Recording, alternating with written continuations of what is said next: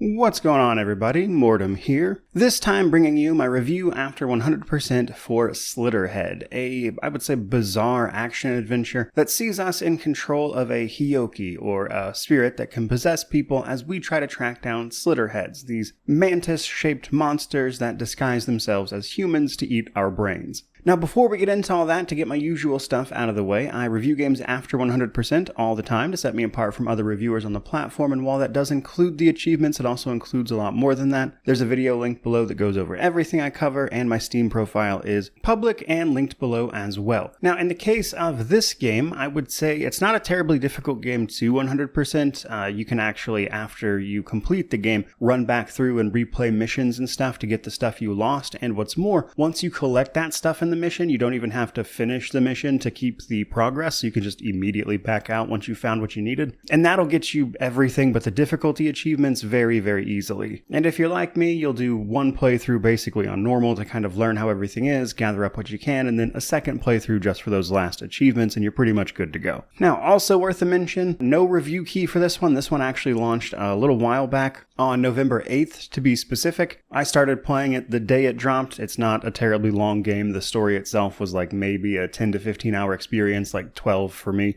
So there's that for you. But let's talk about what this game is. As I mentioned, I'd mostly describe it as an action adventure where the core mechanic is possession. We are a spirit who is possessing bodies, and we use this for traversal as well as combat, which is, I would say, the biggest novelty the game has to offer, because the possession gameplay is honestly pretty fun once you get used to it. But most everything else surrounding that gameplay is rough around the edges, to put it politely. This game is full of jank. The story is very difficult to follow. Things like movement, the camera, even parts of combat itself just feel a little bit off in quite a few different places. So because of that, you have a bunch of really interesting ideas surrounded by a clunky vehicle to that experience. Which is why, for me, I would say a game like this feels like it's the type of thing that's going to be a cult classic down the line, even if it's rough, especially for the $50 price tag it has currently. So let's talk about the technical state of this one. Now, I didn't run into any game-breaking bugs or anything like that. It was mostly just a variety of little stuff, like when I fired the game up on PC, the game seems to default to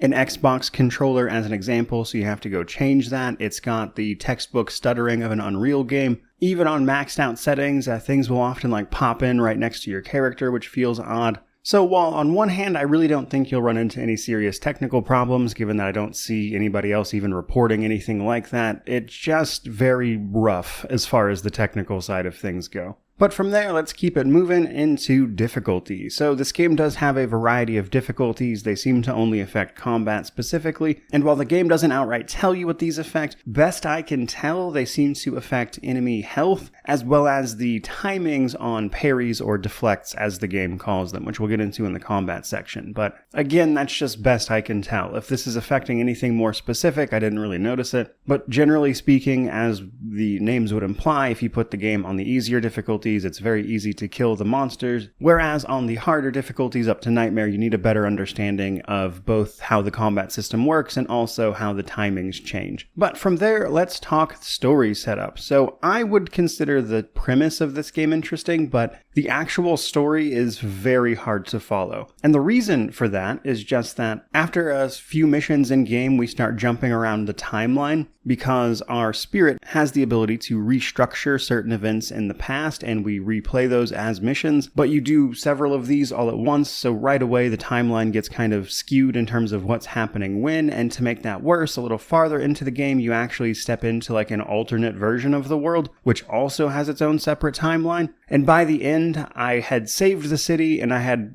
no clue what was going on at a certain point. Like, I kind of got the gist of it, like, the general, here's the bad guy type of thing, but it was constantly jumping around, and it kind of felt like flashbacks inside of flashbacks types of storytelling, and it was not a good time. Now, beyond that, we play, as I mentioned, as a Hyoki. This is a spirit who can possess things, and in particular, it is mortal enemies with the monsters known as Slitterheads. These things mimic what humans look like in order to attack us and eat our brains, while preferably keeping a low profile. We're going to fight these things largely by possessing other human beings and using them and their blood, which resonates with our spirit powers, in order to make weapons that can effectively fight these monsters. Along the way, we're going to meet several rarities. Rarities are effectively the characters that are set that we can actually play as regularly, who get special skills and abilities because they have a very symbiotic relationship with the possession of a Hyoki. Basically, they are high-value possession targets, which means they are the best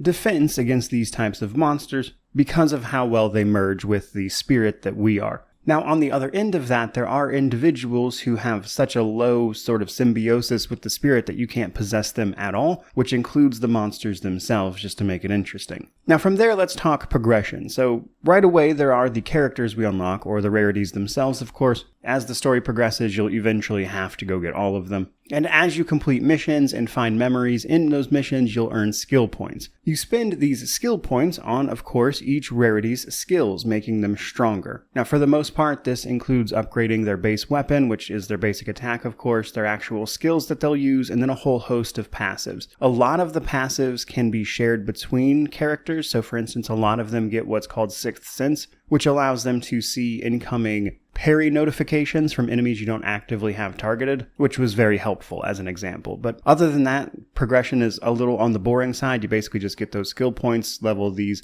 skills up for the characters you use the most, and you're good to go. That's really all there is to it, which brings us to gameplay and then the combat section. So this game is in fact mission-based, as I mentioned earlier. In between missions, we'll talk to our rarities, kind of get ideas and stuff, and this will lead you to the missions themselves. But as I mentioned, they can also be replayed after the fact if you want to go through them again, which is especially useful for hoovering up all of the memory fragments and leads to find other rarities as well. Now, one thing that is kind of annoying about how this game is structured is that sometimes it's possible to miss the rarities, but you can't continue without them at a certain point, which means you'll have to replay missions to go get the ones you missed or track down exactly what little thing in a mission you didn't find, which is noteworthy in particular for a couple of them because they are a little more hidden. For instance, one of them is only a character you can unlock if you take a specific character on a mission with you to unlock a door. Another one, the last one you'll get more than likely, requires you to talk to an old woman in several different missions, and you have to go do those things before the game will let you continue with the story, which could be a little annoying. Now, otherwise, general gameplay consists of exploration of the more open levels, including some stealth sections, as well as combat that you'll be partaking in as you go. Now, on the exploration side of things, there's just general exploring the environments, sure, but along the way, you can find shrines. These are effectively special trials or challenges that have a reward, cosmetic in nature, so you can customize the look of some of your characters and stuff. You can also find memory fragments after the tutorial area, which has memory fragments for story objectives.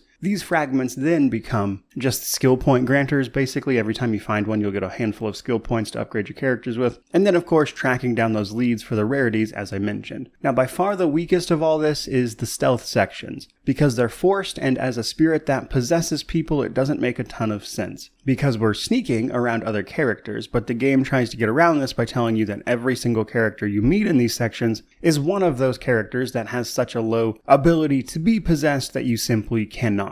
And it's very clearly just trying to obfuscate the fact that they wanted to shoehorn these stealth systems in here, when I feel like with the gameplay you have provided elsewhere could have been done in a way that felt much better than like this weird forced bit of gameplay that doesn't make a lot of sense. Now, sometimes our objective will be to find Slitterheads, which basically means tracking them down. You can feel their presence oftentimes, but then you can also sightjack them later, which shows their perspective through their eyes, and you can use that to track them down to their position before exposing them and tracking them down. Most of these little chase sequences are scripted, not all of them, but a lot of them are, which meant that after a certain point that is less interesting than it initially seems. And that brings us to the combat section. For the most part, I would say combat is okay. It's an action-oriented system, as you might have guessed, but it's definitely where you feel a lot of the game's jank, for sure. And you have all that character progression for the rarities that I mentioned, but it also doesn't come up a ton, because one of the best things about combat really is that you'll be possessing characters really, really often, and this is because you get a temporary temporary buff to your stats and damage and everything when you possess a new character. This is to incentivize you to be constantly changing bodies, which means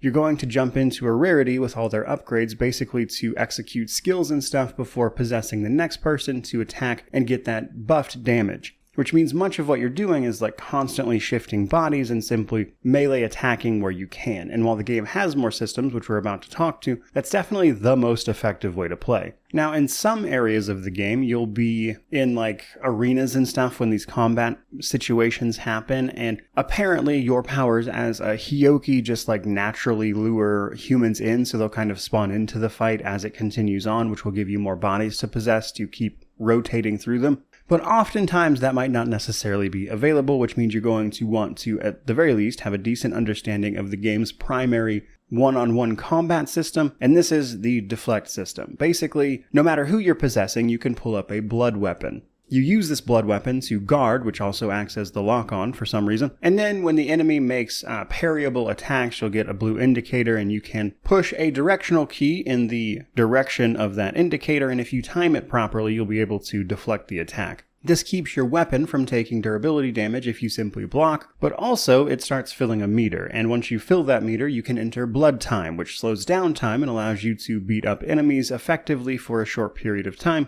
which is a great time to, of course, utilize your skills on your rarities. Now, I found that that system tends to be a little bit at odds with the ability to jump between characters and possess different ones very quickly to get that damage buff, because if you're doing a lot of that, you don't really need to block or deflect at all, which means you only really use that in fights where there's not a lot of humans around, which was kind of whatever. Now, on the other side of that, trying to fight anything more than one enemy at a time is kind of annoying, which is going to happen a lot in the late game especially, and this is because it's very easy for enemies to overwhelm and sort of stun lock you, which is another thing that's going to push you into the constantly possessing other characters around the field, and probably not bothering to deflect or block as much as possible. Though none of that really addresses the fact that combat gets pretty repetitive, even with how short this game is. In fact, a lot of missions actually turn into just you running from combat encounter to combat encounter that all play out pretty much the same. And while your different rarities and their skills will help you out there a little bit, reality is that most of the time you're possessing so many people and flipping around the battlefield so fast that it just doesn't really change much. And so while it's a novel enough system for what it is, I do think that it even then gets a little tired by the end of it. Which finally brings us to the Steam Deck section of this particular review. So this game is unrated on the Steam Deck. I would say it's probably going to get a playable rating if it gets that far, because that's exactly what this game is. It's playable. It has controller support, cloud saves and stuff, but the issue is that even on the lowest settings you can set, you're going to get constant FPS drops, especially in cutscenes and in the conversations that are mandatory with characters in between missions. For whatever reason, the way those are rendered seems to really make the Steam Deck chug for some reason. And then there's just general FPS dips, the camera issues, etc. So like, you could play this on the Steam Deck. It's doable, but it's probably not going to be a great experience for you, at least in my experience with it when I played it on that platform. So that's pretty much all I've got to say there, which brings us to our positives and negatives, and then we'll wrap this thing up. So on the positive side of things, I think the novelty of the possession and the traversal mechanics are really fun. There's a lot of interesting ideas here where you're constantly like possessing characters and using that as your traversal puzzles and solving little mysteries in between or in missions themselves in order to unlock new stuff. And there's a lot of interesting mechanics around there, and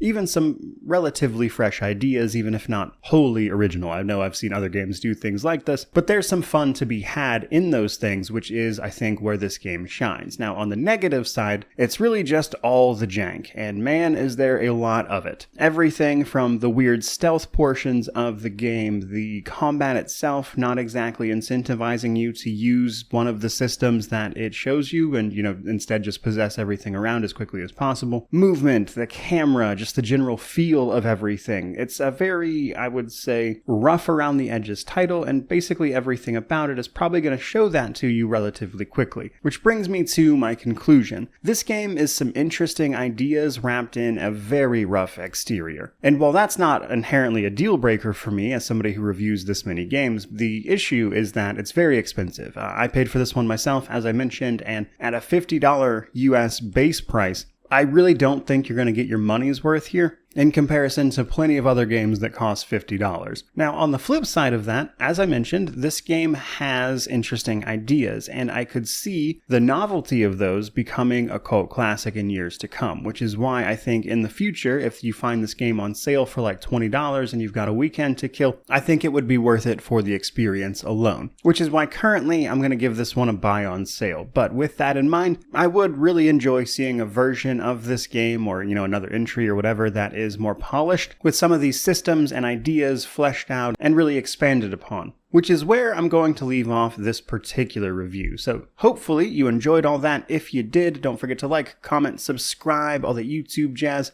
Do let me know what you think about this one down in the comment section below, but regardless of any of that, truly, just thank you so much for watching. I really do appreciate it. May you wander in wisdom and have an amazing day.